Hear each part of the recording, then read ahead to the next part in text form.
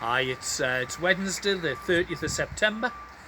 I'm quite excited at the moment because I have a new car to play with.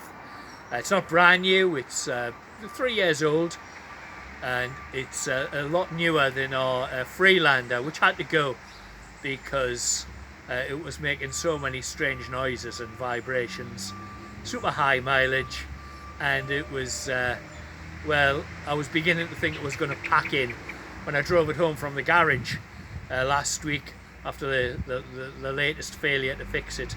People were actually looking in Rothbury as I drove it through the high street. But now we've got this lovely new car, a Ford Cougar. Not a car that I'd heard of, but it's very nice. Got lots of gizmos and gadgets on it. It'll probably take me a while to find out what they are, but I love them. I love fiddling on and seeing the sort of things that you can do with your car.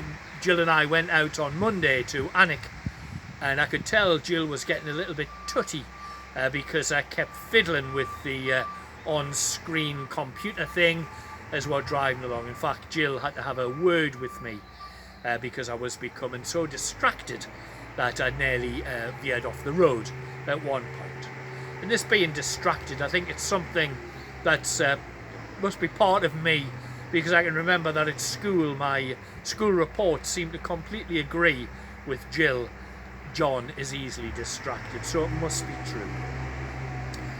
One of the readings set for today is Luke's Gospel chapter 9, and it deals with the implications of becoming distracted.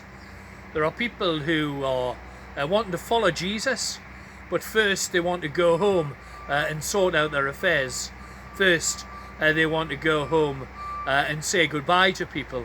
And this passage concerns a few people because they find it a little bit worrying, because it's as if they're saying that if you follow Jesus you're going to be homeless, you've got to not carry out your responsibilities so that they don't get in the way, you've got to stop caring about loved ones. And none of that, of course, is true. Jesus is perhaps, I think, exaggerating the point in order to show us that it's easy to become distracted when it comes to our relationship with God. All of our lives are full of demands and commitments, and we have a duty to do what's right. You know, the Bible tells us to love our neighbour and to honour our father and mother. What Jesus is really saying, it seems to me, is don't get so distracted by all this other stuff that you forget about your relationship with him. If you put Jesus first, then he can be in every situation with you to help you with the rest of the things that you have to do. So the question is, how do we put Jesus first? Well, here's two simple things that you can start straight away. Each day, let's spend a little bit of time speaking to him. And remember, prayers don't have to be full of fancy words or go on forever. Saying what's on your mind, just like you would to a friend, is perfectly fine. And each day, spend some time listening to him. Reading a small section of the Bible can really open up our mind to hearing what God is wanting to say to us.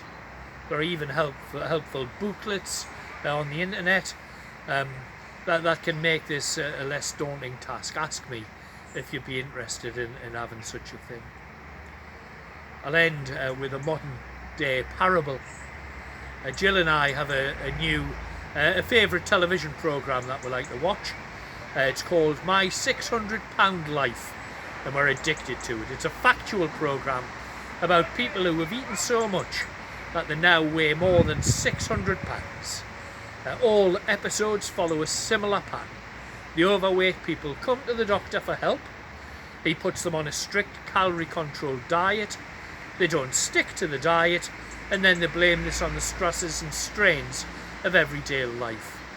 Well, the doctor doesn't take any nonsense from them. He tells them to get on with it, because if they wait until there are no stresses and strains in their lives, they'll never get around to sticking to the diet plan. They then sort themselves out and stick to the diet. Most of them do anyway. Eventually, they lose weight and become much healthier and happier people. It seems to me that God says to us through that reading from Luke chapter 9, 1, don't let life distract you from following Jesus.